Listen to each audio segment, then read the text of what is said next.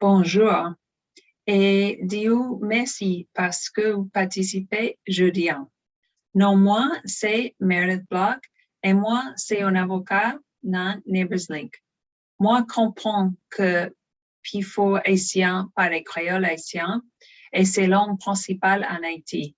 Malheureusement, créole haïtien, moi, un pas très bon. Et donc, moi, je présenter jeudi en français. J'en nous demandé. Moi, j'espère que prochaine fois, croyez-moi, on a plus bon. Premièrement, je vais parler de l'organisation de NeighborsLink. La mission de NeighborsLink est la saine intégration des immigrants dans la communauté. Nous proposons des cours d'anglais, des programmes d'éducation parentale, le développement de la main-d'œuvre, bien sûr, des services juridiques. Si vous êtes intéressé par l'un de nos programmes, vous pouvez consulter nos sites web pour plus d'informations à www.neighborslink.org. En plus, nous offrons de l'aide pour des rendez-vous pour prendre le vaccin contre le COVID. Nous savons que les gens de couleur ont été plus affectés par cette pandémie. Aujourd'hui, nous allons parler des mises à jour du système d'immigration et de certaines des applications disponibles pour les immigrants aux États-Unis. Il y a eu de nombreuses mises à jour sous l'administration de Biden. L'administration a mis fin à l'interdiction musulmane pour voyager aux États-Unis. Ils ont aussi révoqué la règle de charge publique de l'ex-président Trump.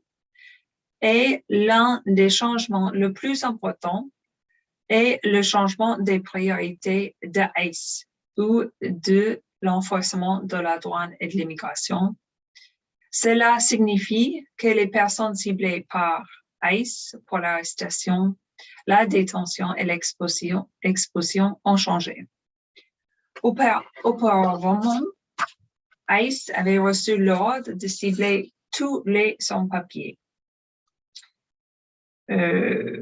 Désormais, les directives de l'agence de ICE exigent une évaluation de l'individu et de la prise en compte de l'ensemble des faits et des circonstances de la vie de cette personne aux États-Unis. Les mesures d'exécution sont désormais axées sur les non-citoyens qui constituent une menace pour notre sécurité sociale, la sécurité publique et la sécurité des frontières. Le fait qu'une personne soit sans papier est donc plus la seule raison pour être ciblée pour ICE, pour l'expulsion. Il y a aussi des mises à jour du tribunal d'immigration que je voulais vous commenter aujourd'hui.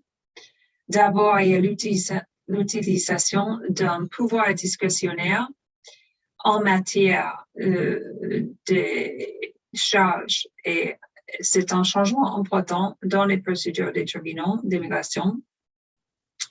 Il y a des avocats dans le département de sécurité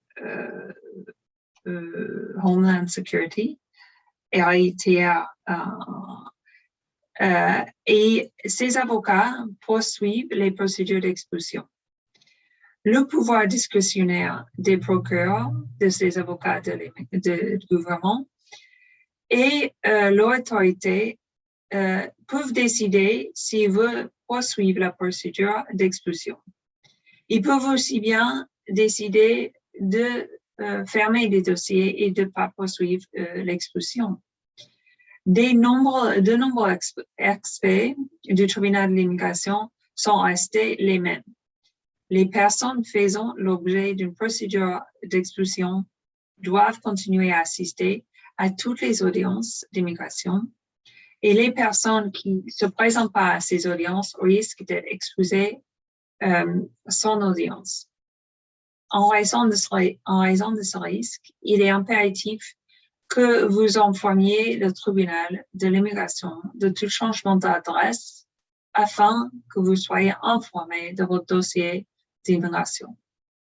Vous pouvez changer votre adresse en déposant un document appelé formulaire de changement d'adresse EOIR 33.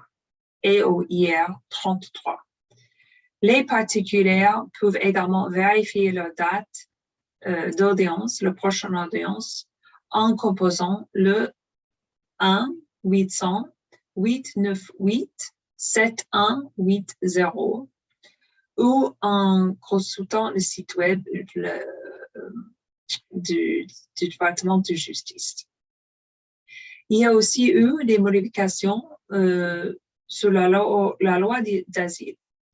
L'asile est une forme de protection qui permet à une personne de rester aux États-Unis au lieu d'être expulsée vers un pays où il craint d'être persécuté ou blessé.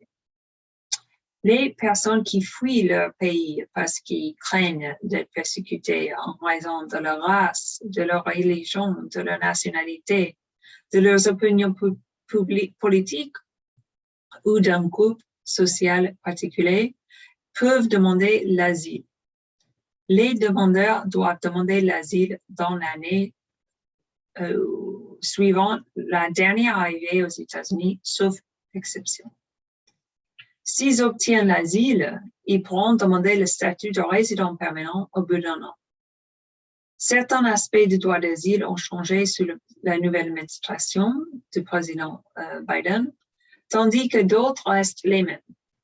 L'administration Biden a annulé les modifications apportées à la jurisprudence en matière d'asile pour les victimes et les survivants de violences domestiques. C'est-à-dire, c'est maintenant possible pour les victimes de violences domestiques de demander l'asile aux États-Unis.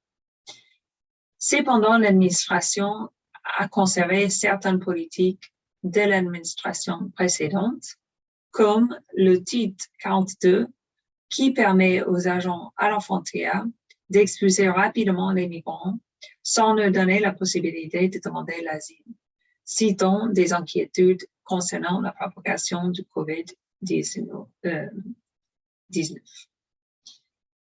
Il y a aussi quelques changements par rapport au statut de DACA.